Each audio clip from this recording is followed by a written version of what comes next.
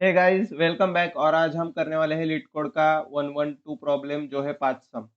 तो इधर क्या दिया हुआ है कि given the root of a binary tree and an integer target sum, return true if the tree has a root to leaf path such that adding up all the values along the path equals target sum. तो हमें ऐसा एक path ढूंढना है कि जिस पास path को traverse करके हमारा पूरा जो वैल्यूज नोड्स के वैल्यूज का जो सम होगा वो इक्वल टू टारगेट सम होगा। ठीक है। तो ऐसा ये पाथ फॉर एग्जांपल टारगेट सम इधर 22 है, तो 11 प्लस 2 प्लस 4 प्लस 5 टोटल 22 होता है। इसीलिए हमें ये पाथ मिला है, इसलिए हम इस फंक्शन से ट्रू रिटर्न कर रहे हैं। ठीक है, तो चलिए हम ऊपर बोर्ड पे जाते हैं।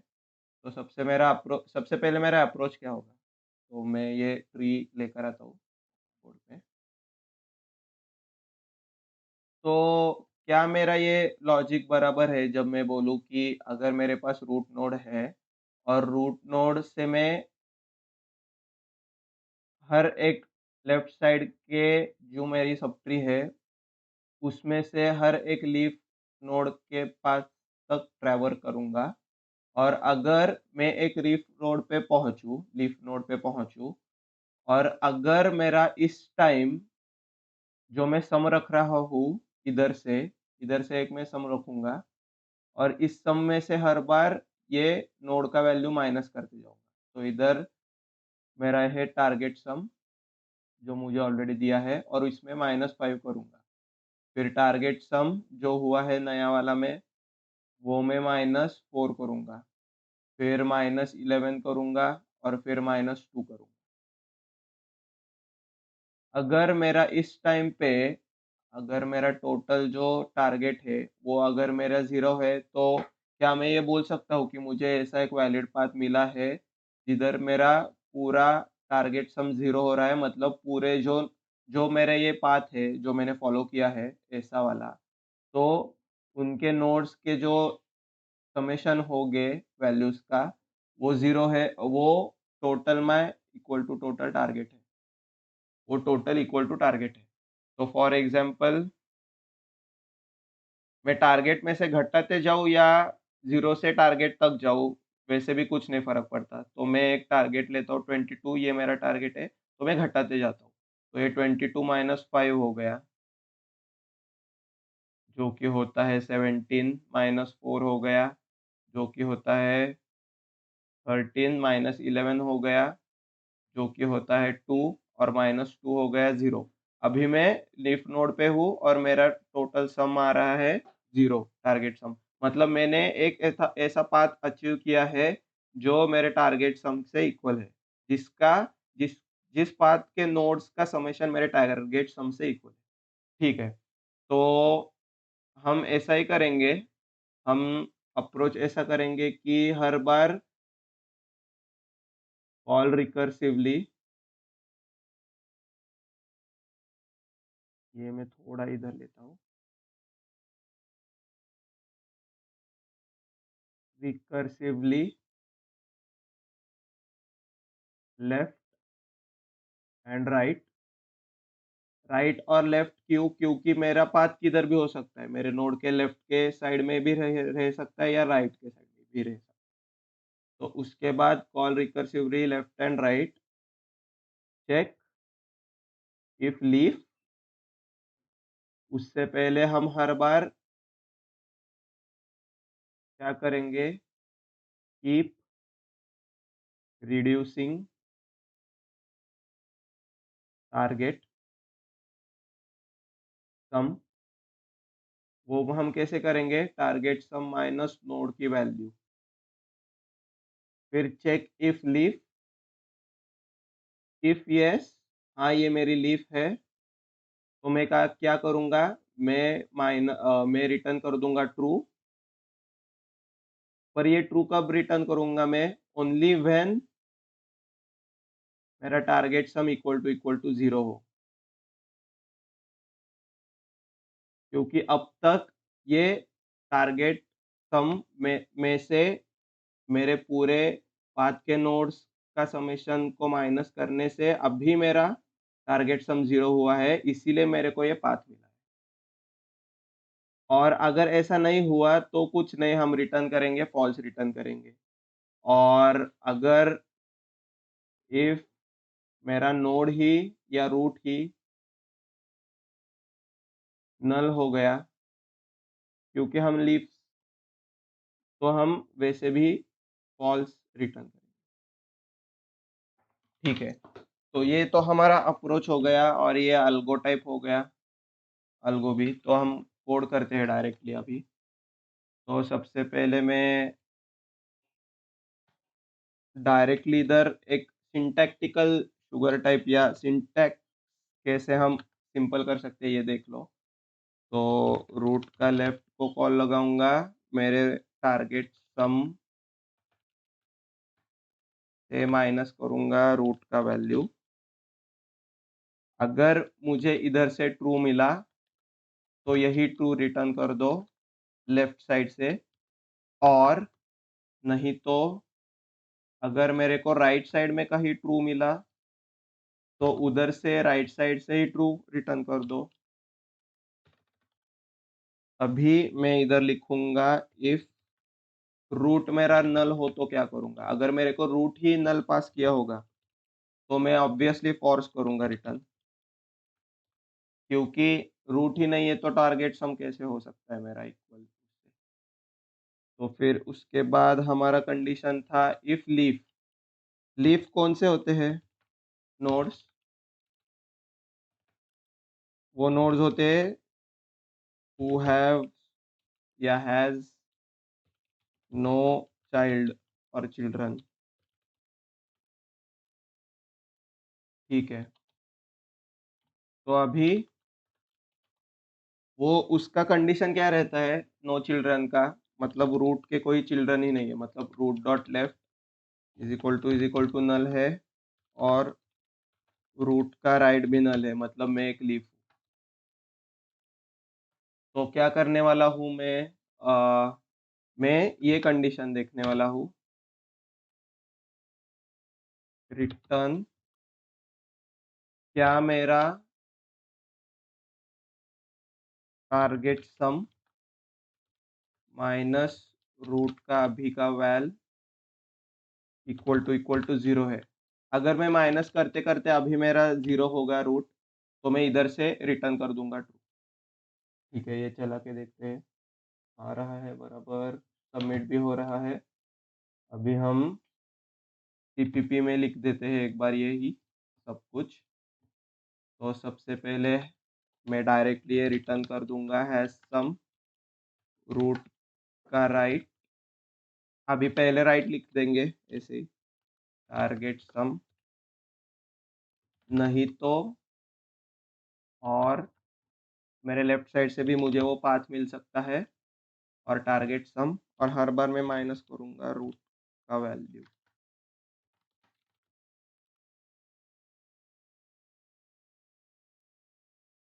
पास करते समय, और इफ मेरा रूट ही नल होगा तो रिटर्न क्या करूंगा मैं, रिटर्न कर दूंगा फॉल्स।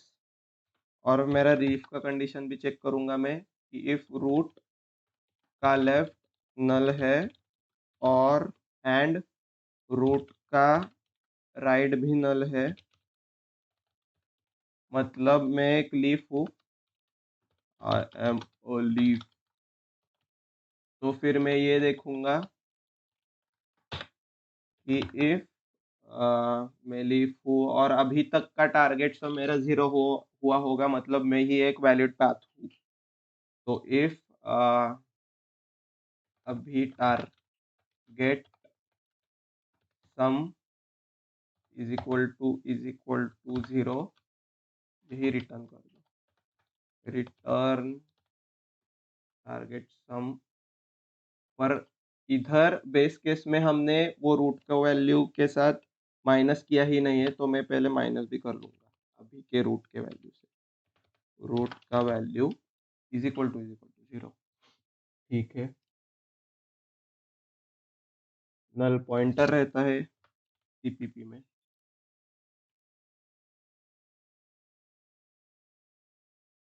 और इधर सेमीकोलन रहता है, और ये आ गया करेक्ट। ठीक है, तो हम ये ड्राई रन करके देखते हैं कि हो क्या रहा है एक बार। तो मैं कोड लेके आता हूँ इधर।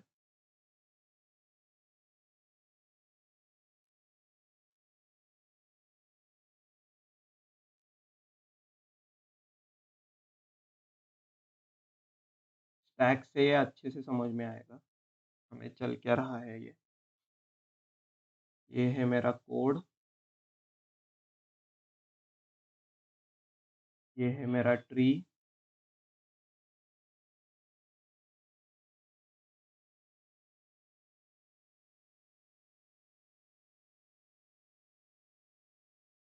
और ये है मेरा स्टैक।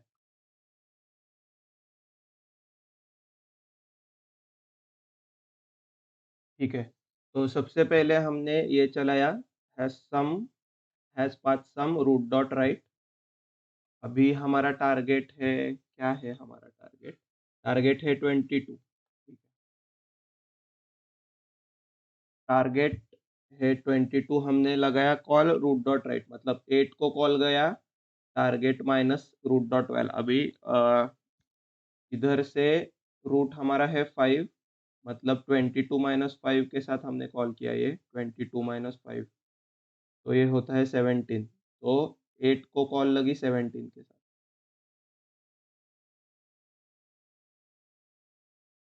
फिर उसके बाद 8 ने खुद क्या किया, 8 ने फिर से उसके राइट को कॉल लगाई। अभी इसका टारगेट है 17, और 17 माइनस कितना होता है, मैं ये 5 का भी इधर लिख देता हूँ। सबसे पहले 5 ऐड ही नहीं किया। 5 ने कॉल लगाया राइट का, और 18 को लगाया, टारगेट है 22, 18 को लगाया 17 के साथ कॉल, और फिर 18 ने अपना राइट कॉल लगाया, किसे लगाया, 4 को लगाया, और किस 4, 17 माइनस 4 जो होता है 13 के साथ टारगेट। फिर उसके बाद 4 ने खुद ने क्या किया, राइट को कॉल लगाया। अभी इतना ही चलाते रहे हैं हम, इधर ये कुछ हुआ हुआ ही नहीं है, इतना याद रखो। तो 4 ने उसके राइट को लगाया कॉल, जो कि आया 1, और फिर उसने क्या किया, टारगेट माइनस 4 मतलब 13 माइनस 4 मतलब 9 के साथ कॉल किया। और फिर राइन 1 पे क्या हुआ, 1 का लेफ्ट और राइट दोनों नल है, तो इसने चेक किया कि टारगेट सम माइनस रूट का वैल्यू, मतलब 9 माइनस 1 क्या इक्वल टू 0 है, तो ये नहीं है, तो ये रिटर्न फॉल्स होता है इधर से। तो 4 के राइट ने ये फॉल्स पकड़ा। उसके बाद 4 का लेफ्ट तो गया ही नहीं, क्योंकि हम ओके 4 का लेफ्ट गया इधर, और फिर ये 1 तो हट गया था, पर 4 के लेफ्ट से तो नल था, इसलिए 4 के लेफ्ट में भी नल से फॉल्स इधर आ गया। ठीक है, तो अभी 4 के जो नल थे वो सब उड़ गए स्टैक से, और फिर 4 ने क्या किया, 8 के राइट को फॉल्स रिटर्न किया, या पूरा ये खत्म हो गया स्टैक से फंक्शन। और फिर हम गए 8 के लेफ्ट पे, राइट कॉल हो गई थी, लेफ्ट कॉल लगी। फिर 8 ने क्या किया, 8 था ये, 18 नहीं था। 8 ने क्या किया, उसके लेफ्ट को कॉल लगाया, और फिर 13 आ गया किसके साथ, 17 माइनस 8 मतलब 9 के साथ। और फिर 13 ने खुद क्या किया, लेफ्ट और राइट चलाया, दोनों के साथ नल था, इसलिए इधर दोनों के पास फॉल्स आ गया था। ठीक है, और ऑब्वियसली 9 माइनस 13 तो माइनस में जाता है कुछ, तो -4, तो ये कंडीशन भी नहीं हुआ था सेटिस्फाई, और इसने भी फॉल्स रिटर्न कर दिया। 13 ने भी 8 के लेफ्ट को, या पूरा फंक्शन ही चल गया था। उसके बाद क्या हुआ, एट लास्ट फाइनली 18 भी स्टैक से उड़ गया और फिर 5 की लेफ्ट को कॉल लगी। फिर टारगेट क्या था, 4 ऐड हो गया और टारगेट 22 माइनस 5 जो कि है 17 आ गया। अभी हम इधर चला रहे सब कुछ।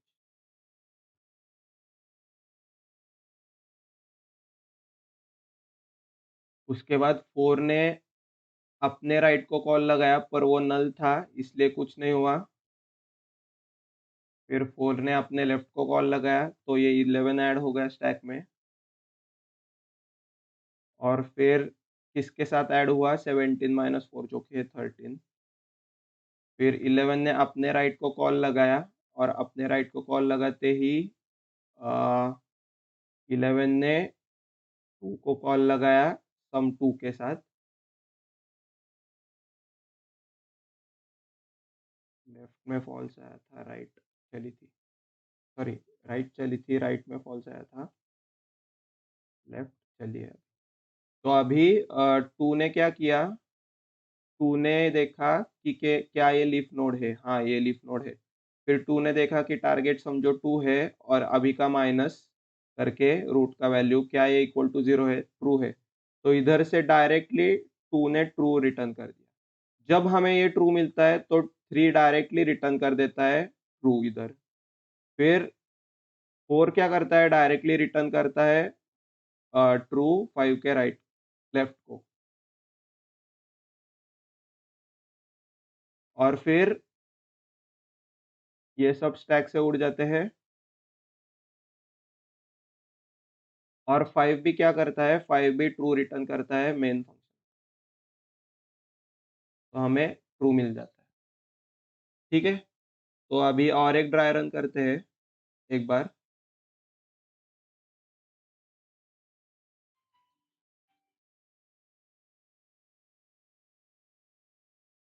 एक नया ट्री लेते हैं।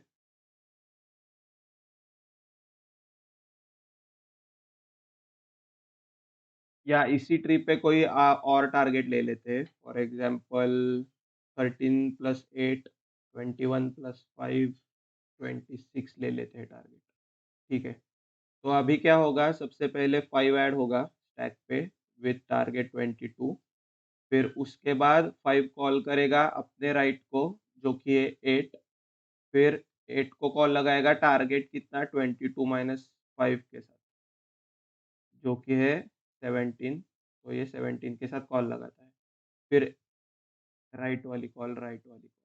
फिर 8 खुद अपनी राइट वाली कॉल लगाता है, 4 को बुलाता है किसके साथ, टारगेट के साथ 17 माइनस 8 के साथ मतलब 9 के साथ कॉल लगाता है। फिर 4 अपनी राइट कॉल चलाता है जिससे वो 1 को कॉल करता है किसके साथ, 9 माइनस 1 के साथ जो कि है 9 माइनस 4 के साथ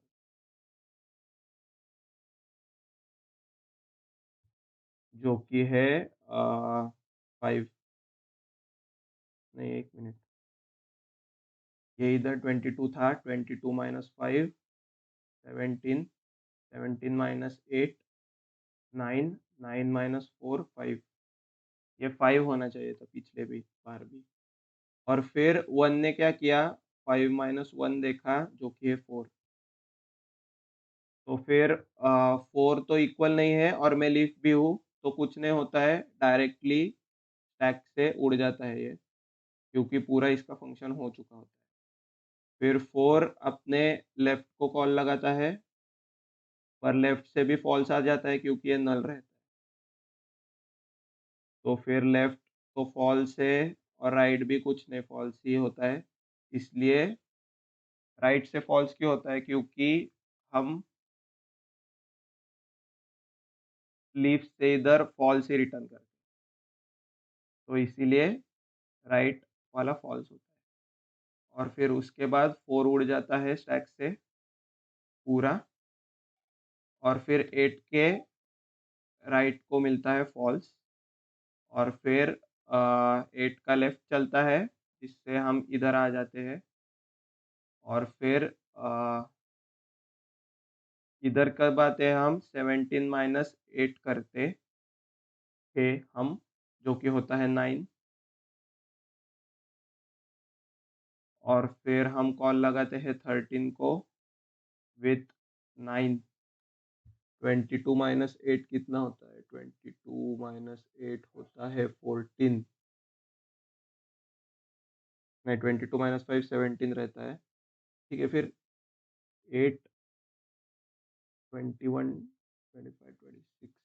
ओके, 26 था हमारा स्टार्टिंग वाला टारगेट। ठीक है, तो ये 26 था और 26 माइनस 5 रहता है 21 और 21 माइनस 8 रहता है 21 माइनस 8 कितना रहता है?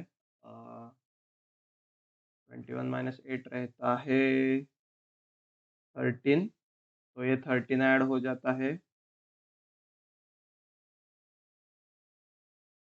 13 के साथ, और फिर 13 देखता है कि ये खुद लीफ है, और फिर लीफ करके अपने आप को खुद को लीफ बोल के ये माइनस करता है टारगेट सम को अपने वैल्यू से, जो कि इक्वल आती है 0 से, इसलिए ट्रू रिटर्न करता है। लेफ्ट ट्रू, अगर लेफ्ट ट्रू आया हमारा तो ये डायरेक्टली इसके राइट को ट्रू रिटर्न करता है 5। ये सब स्टैक से हट जाते हैं और फिर 5 खुद ट्रू रिटर्न करता है मेन फंक्शन। ठीक है, तो आई होप गाइज आपको समझ में आया हो। थोड़ा ड्राई रन में मेरे से गलतियां हुई, पर आप खुद से ड्राई रन करके आपको ज़रूर समझ में आएगा ये। तो यही सब हो रहा है, ड्राई रन तो हुआ, अभी टाइम कॉम्प्लेक्सिटी होगी। Time complexity at max O of N ही होगी, क्योंकि अगर हमें ऐसी ट्री मिली जिधर हमारा पाथ जो है वो सबसे लास्ट रिकर्शन में ट्रैवल करके आ रहा है, तो हमें पूरे एन नोड्स ट्रैवल करने पड़ेंगे उसके लिए, तो ओ ऑफ एन। तो ठीक है गाइज, आज के लिए इतना ही। आई होप कि आपको ये वीडियोस पसंद आया हो, और प्लीज़ लाइक और सब्सक्राइब कीजिए इस चैनल को, और कमेंट्स में ज़रूर बताइए मुझे कैसा लगा ये पूरा वीडियो। Thank you.